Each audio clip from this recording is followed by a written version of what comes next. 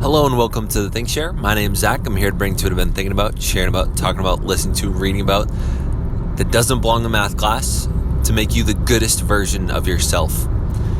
I've been emailing back and forth between one of my early subscribers for my YouTube channel, and oftentimes, we talk about depression, we talk about dealing with our thoughts, dealing with a lot of the pains in life, dealing with suffering.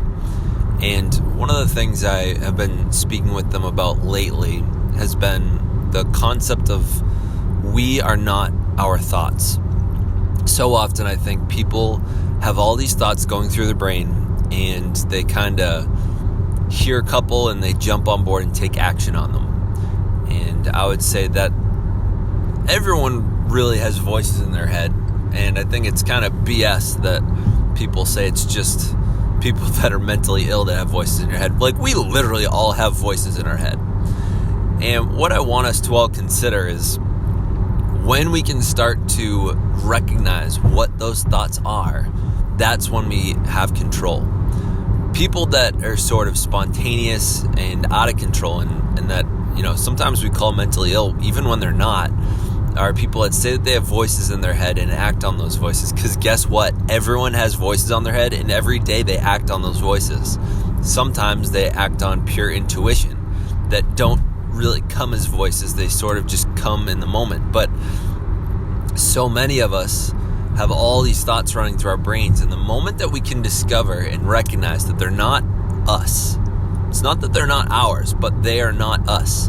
I always remember when I was a little kid, maybe like 10 years old, I would always have this thought running through my brain about just doing bad things. And I always remember it was like there are a couple of situations that I would come across, and there was this person that I had certain feelings toward, and I would always just like have this thought running through my brain about what mean things I would do. Now, I would never actually act on it, but I would always judge myself like, oh my God, Zach, you are a horrible person. Why would you even think that? And the fact is that wasn't me. I was judging myself based on some thoughts going through my head. Now, the fact that I was acknowledging the thought was there is what I thought was me. But when we can realize that we are not our thoughts, we can stop judging ourselves. And if we can recognize again that they're not us, we can choose whether to take action on them or not. I know oftentimes when I pass by some sugary snacks, I have sort of impulses to just eat them, and I can also sometimes acknowledge my thoughts and say, well, is that you that really wants it, or is it sort of your body wants it? Like, what's going on there? And I can kind of have this conversation with myself, have a conversation between the voices in my head. So a couple ideas that we talked about using to deal with recognizing the voices in our head is one, stream of consciousness. Stream of consciousness is an exercise where you just write down all the thoughts you have. You don't think about what specifically it is that you want to be writing. You just write down whatever comes to you. And you just scribble it down.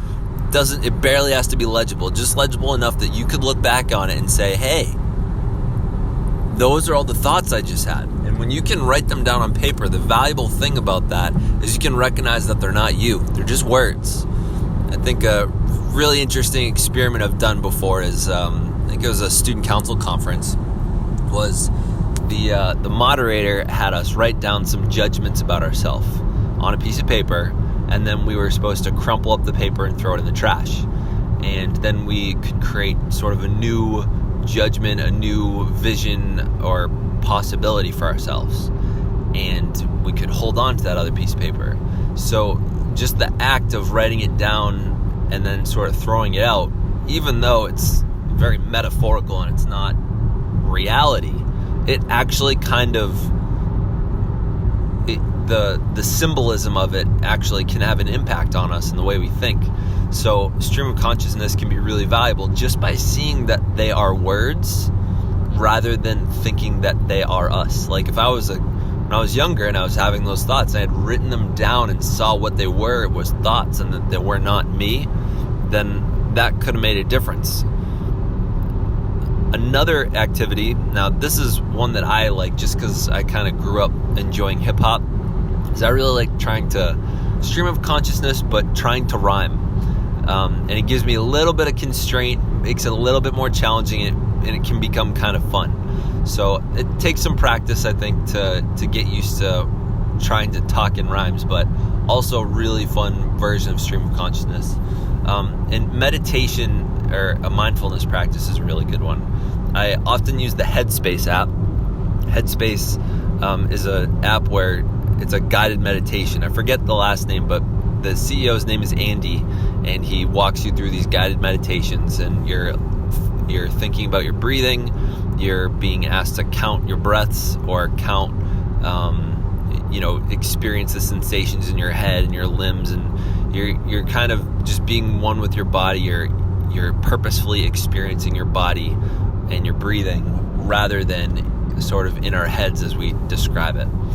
And in his TED Talk, Andy talks about what meditation is. A lot of people have this misconception that meditation is this like very, very spiritual thing where you're sitting down cross-legged and you're saying Om, and you're silent and like you're just trying to clear your thoughts. That's not what it is, he says. And I think this really helped me understand what meditation was and helped me get on board with it. Meditation is when you are listening and observing your thoughts. So he said if your brain is a crowded highway and you have all these cars going by, and all the cars are these little thoughts, little concerns, little worries, etc., your goal is to notice that there are cars going by, but not to get in any of them. Most of what happens in our day-to-day lives is we get all these cars going by, and then we just get in the one that seems either the most interesting or going the fastest or is the most urgent or is the biggest one.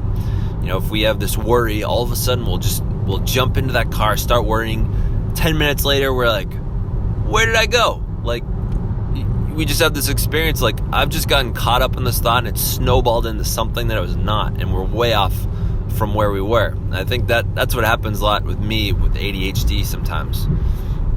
So what meditation allows us to do is it's the practice of observing our thoughts. If we can observe them, we can acknowledge that they are not us, but that we have them, that they're separate, they're a different thing. So I hope that this was helpful, useful, brought some light to people that have been considering meditation, want to know what it's all about. I hope it's given you some mindfulness practices. Check me out on YouTube, the ThinkShare, or and if you like this, you found some value in this, share it with a friend, and or give me a rating on iTunes. Thank you for listening, and to all my listeners out there, stay weird. Yay!